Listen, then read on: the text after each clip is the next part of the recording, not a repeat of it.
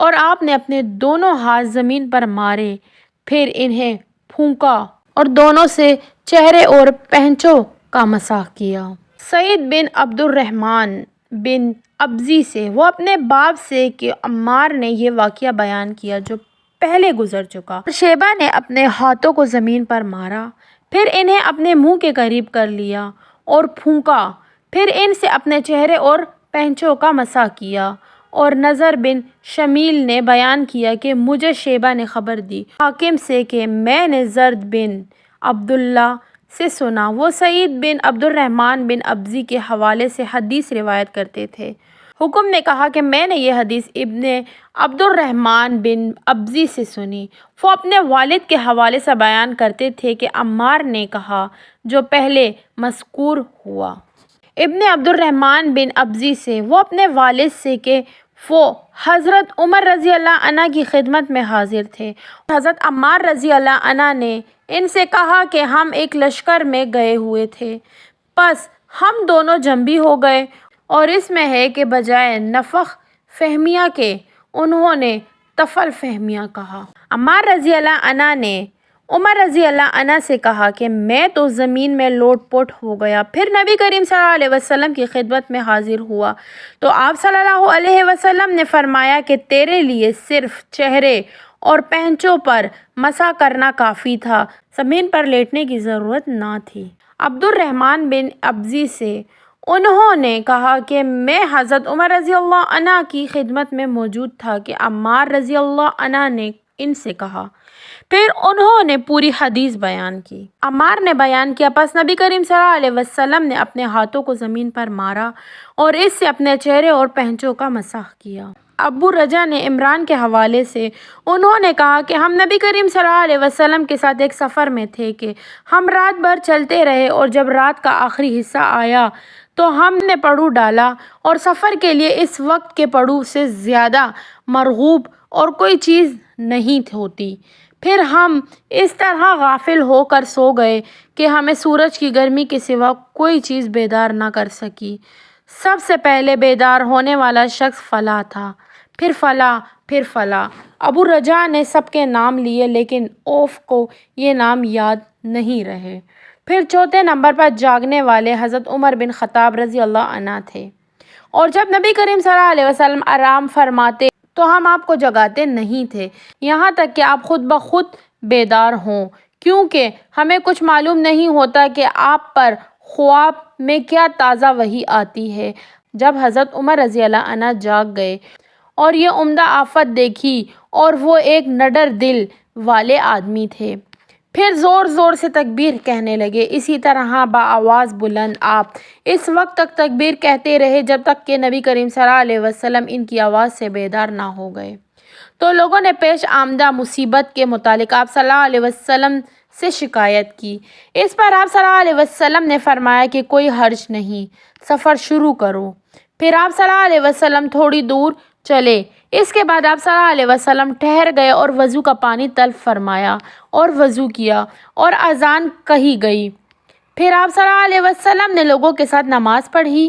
جب آپ صلی اللہ علیہ وسلم نماز پڑھنے سے فارغ ہوئے تو ایک شخص پر آپ صلی اللہ علیہ وسلم کی نظر پڑی جو الگ کنارے پر کھڑا ہوا تھا، اور اس نے لوگوں کے ساتھ نماز نہیں پڑھی تھی۔ آپ صلی اللہ علیہ وسلم نے اس سے فرمایا کہ اے فلاں، تمہیں لوگوں کے ساتھ نماز میں شریک ہونے سے کون سی چیز نے روکا؟ اس نے جواب دیا کہ مجھے غسل کی حاجت ہو گئی اور پانی موجود نہیں۔ آپ صلی اللہ علیہ وسلم نے فرمایا کہ پاک مٹی سے کام نکال لو، یہی تجھ کو کافی ہے۔ پھر نبی کریم صلی اللہ علیہ وسلم نے سفر شروع کیا تو لوگوں نے پیاس کی شکایت کی۔ آپ صلی اللہ علیہ وسلم ٹھہر گئے اور فلاں یعنی عمران بن حسین رضی اللہ عنہ کو بلایا۔ ابو رجا نے ان کا نام لیا تھا لیکن اوف کو یاد نہیں رہا، اور حضرت علی رضی اللہ عنہ کو بھی طلب فرمایا۔ ان دونوں سے آپ صلی اللہ علیہ وسلم نے فرمایا کہ جاؤ پانی تلاش کرو۔ یہ دونوں نکلے۔ راستے میں ایک عورت ملی جو پانی کی 2 پکھالیاں اپنے اونٹ پر لٹکائے ہوئے بیج میں سوار ہو کر جا رہی تھی۔ انہوں نے اس سے پوچھا کہ پانی کہاں ملتا ہے؟ تو اس نے جواب دیا کہ کل اسی وقت میں پانی پر موجود تھی، یعنی پانی اتنی دور ہے کہ کل میں اسی وقت وہاں سے پانی لے کر چلی تھی، آج یہاں پہنچی ہوں، اور ہمارے قبیلے کے مرد لوگ پیچھے رہ گئے ہیں۔ انہوں نے اس سے کہا، اچھا ہمارے ساتھ چلو۔ اس نے پوچھا، کہاں چلوں؟ انہوں نے کہا، رسول اللہ صلی اللہ علیہ وسلم کی خدمت میں۔ اس نے کہا، اچھا وہی جن کو لوگ صابی کہتے ہیں؟ انہوں نے کہا، یہ وہی ہیں جسے تم کہہ رہی ہو۔ اچھا اب چلو۔ آخر یہ دونوں حضرات اس عورت کو حضرت صلی اللہ علیہ وسلم کی خدمت مبارک میں لائے اور سارا واقعہ بیان کیا۔ عمران نے کہا کہ لوگوں نے اسے اونٹ سے اتار لیا، پھر نبی کریم صلی اللہ علیہ وسلم نے ایک برتن طلب فرمایا اور دونوں پکھالیوں یا مشکیزوں کے منہ اس برتن میں کھول دیے، پھر ان کے اوپر کا منہ بند کر دیا، اس کے بعد نیچے کا منہ کھول دیا اور تمام لشکروں میں منادی کر دی گئی، خود بھی سیر ہو کر پانی پئیں اور اپنے تمام جانوروں وغیرہ کو بھی پلائیں۔ پس جس نے چاہا پانی پیا اور پلایا اور سب سیر ہو گئے۔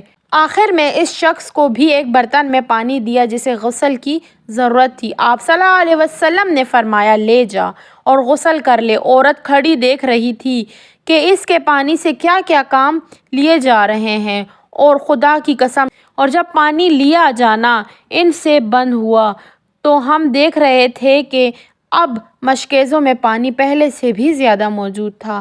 پھر نبی کریم صلی اللہ علیہ وسلم نے فرمایا کہ کچھ اس کے لیے کھانے کی چیز جمع کرو۔ لوگوں نے اس کے لیے عمدہ قسم کی کھجور، اجوا، آٹا اور ستو اکٹھا کیا، یہاں تک کہ بہت سارا کھانا اس کے لیے جمع ہو گیا۔ تو اسے لوگوں نے ایک کپڑے میں رکھا اور عورت کو اونٹ پر سوار کر کے اس کے سامنے وہ کپڑا رکھ دیا۔ رسول اللہ صلی اللہ علیہ وسلم نے اس سے فرمایا کہ تمہیں معلوم ہے کہ ہم نے تمہارے پانی میں کوئی کمی نہیں کی ہے، لیکن اللہ تعالیٰ نے ہمیں سیراب کر دیا۔ پھر وہ اپنے گھر آئی، دیر کافی ہو چکی تھی، اس لیے گھر والوں نے پوچھا کہ اے فلانی، کیوں اتنی دیر ہوئی؟ اس نے کہا، ایک عجیب بات ہوئی، وہ یہ کہ مجھے 2 آدمی ملے اور وہ مجھے اس شخص کے پاس لے گئے جسے لوگ صابی کہتے ہیں۔ وہاں اس طرح کا واقعہ پیش آیا، خدا کی قسم وہ تو اس کے اور اس کے درمیان سب سے بڑا جادوگر ہے، اور اس نے بیچ کی انگلی اور شہادت کی انگلی آسمان کی طرف اٹھا کر اشارہ کیا۔ اس کی مراد آسمان اور زمین سے تھی، یا پھر وہ واقعی ہی اللہ کا رسول ہے۔ اس کے بعد مسلمان اس قبیلے کے دور و نزدیک کے مشکین پر جملے کیا کرتے تھے، لیکن اس گھرانے کو جس سے اس عورت کا تعلق تھا کوئی نقصان نہیں پہنچاتے تھے۔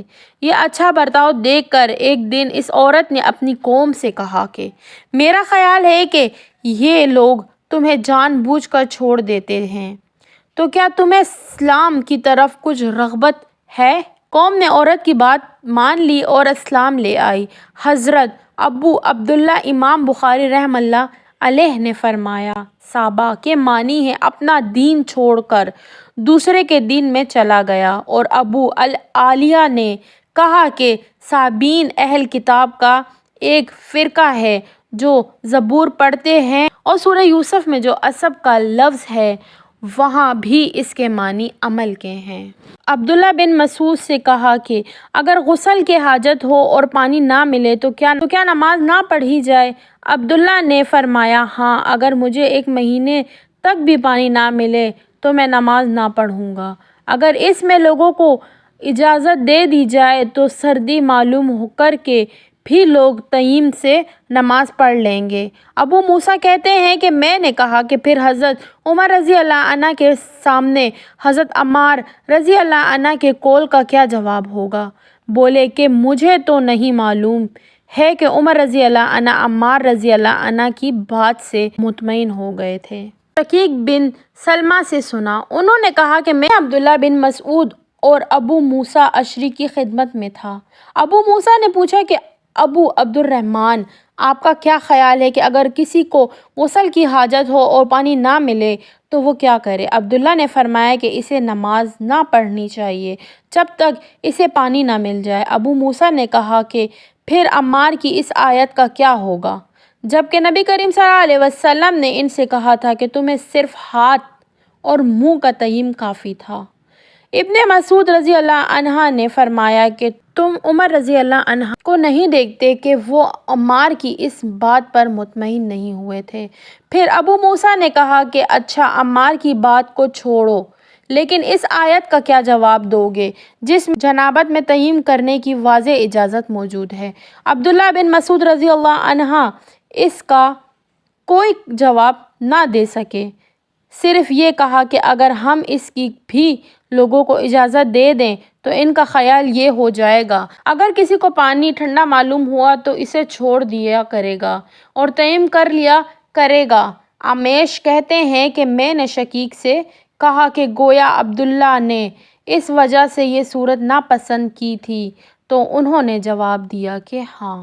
حضرت عبداللہ بن مسعود رضی اللہ عنہ سے کہا کہ اگر ایک شخص کو غسل کی حاجت ہو اور مہینہ بھر پانی نہ پائے تو کیا یہ تیمم کر کے نماز نہ پڑھے؟ شقیق کہتے ہیں کہ حضرت عبداللہ بن مسعود رضی اللہ عنہ نے جواب دیا کہ وہ تیمم نہ کرے اگرچہ وہ ایک مہینہ تک پانی نہ پائے اور نماز موقوف رکھے۔ ابو موسیٰ رضی اللہ عنہ نے اس پر کہا کہ پھر سورہ المائدہ کی اس آیت کا کیا مطلب ہوگا؟ اگر تم پانی نہ پاؤ تو پاک مٹی پر تیمم کر لو۔ حضرت عبداللہ بن مسعود رضی اللہ عنہ بولے کہ اگر لوگوں کو اس کی اجازت دے دی جائے تو جلد ہی یہ حال ہو جائے گا کہ جب ان کو پانی ٹھنڈا معلوم ہوگا تو وہ مٹی سے تیمم ہی کر لیں گے۔ عمیش نے کہا میں نے شقیق سے کہا تو تم نے جنبی کے لیے تیمم اس لیے برا جانا؟ انہوں نے کہا کہ ہاں۔ پھر حضرت موسیٰ اشعری رضی اللہ عنہ نے فرمایا کہ کیا آپ کو حضرت عمار کا حضرت عمر بن خطاب رضی اللہ عنہ کے سامنے یہ قول معلوم نہیں کہ مجھے رسول اللہ صلی اللہ علیہ وسلم نے کسی کام کے لیے بھیجا تھا، سفر میں مجھے غسل کی ضرورت ہو گئی لیکن پانی نہ ملا، اس لیے میں مٹی میں جانور کی طرح لوٹ پوٹ لیا۔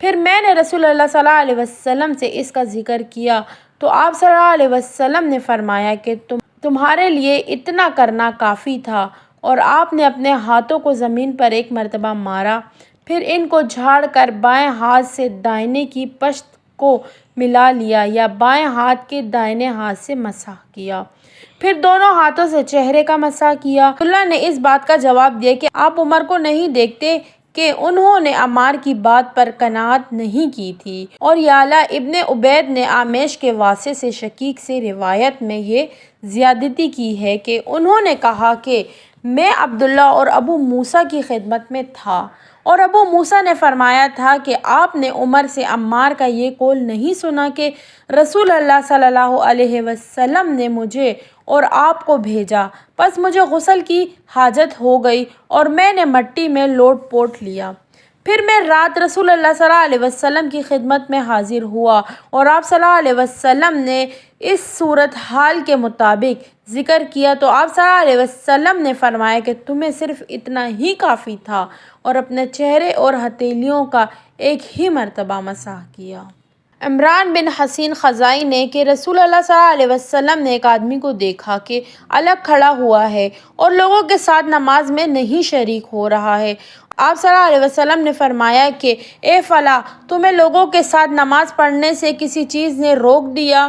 اس نے عرض کی یا رسول اللہ، مجھے غسل کی ضرورت ہو گئی اور پانی نہیں ہے۔ آپ صلی اللہ علیہ وسلم نے فرمایا پھر تم کو پاک مٹی سے تیمم کرنا ضروری تھا، بس وہ تمہارے لیے کافی ہوتا۔